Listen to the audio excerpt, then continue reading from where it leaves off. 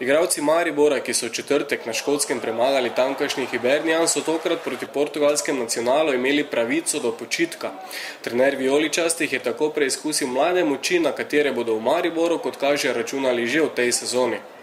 Če pozabimo na rezultat, ki ni dober, je bilo kar nekaj stvari zelo, zelo dobrih in igrali smo zelo mladi in proti moštvu, kateremu je bila to generalka, katera je igrala vse večji del tekme z moštvom, katero bo nastopalo v prvenstvu, je vse skupaj bilo zelo dobro. Nekaj stvari bomo skušali še popraviti, drugače pa kar poletna predstava in zanimiva. Ta tekma je danes dobrodošla, predvsem zato, ker je enostavno skozi te tekme potrebno videti, kako se bojo fantje znašli, ko bo potrebno igrati za točke. Gostje z otoka Madeira so se predstavili kot čvrsta ekipa, ki bo v prihajajoči sezoni mešala štrene velikanom, kot so Benfica, Porto in Sporting.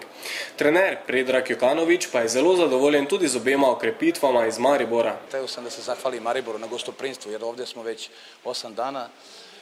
Sve što smo želeli, to Maribora nam je omogućio, ovih 8 dana je bilo fenomenalno. To su dva mlada fenomena, po mom mišljenju odlična igrača koji su se mnogo dobro i brzo uklopili. Ja sam čak i iznenađen kako su se lagano i po ovoj utakmici, kako ste vidjeli danas, Dejan je pokazao da je jedan od boljih igrača također u našoj ekipi, a Rene malo po malo dolazi da stigne. U ovom momentu Dejan je malo ispred, ali za mjesec i po dana, možda, kako kažem, nisam očekivao više od oboje. Mnogo brzo su se privikli na našu ekipu. Školnik in Mihelič sta se, kot pravita, na Portugalskem odlično znašla, saj je veliko igralcev iz bivše Jugoslavije, ki jima pomagajo pri prilagajanju na novo okolje.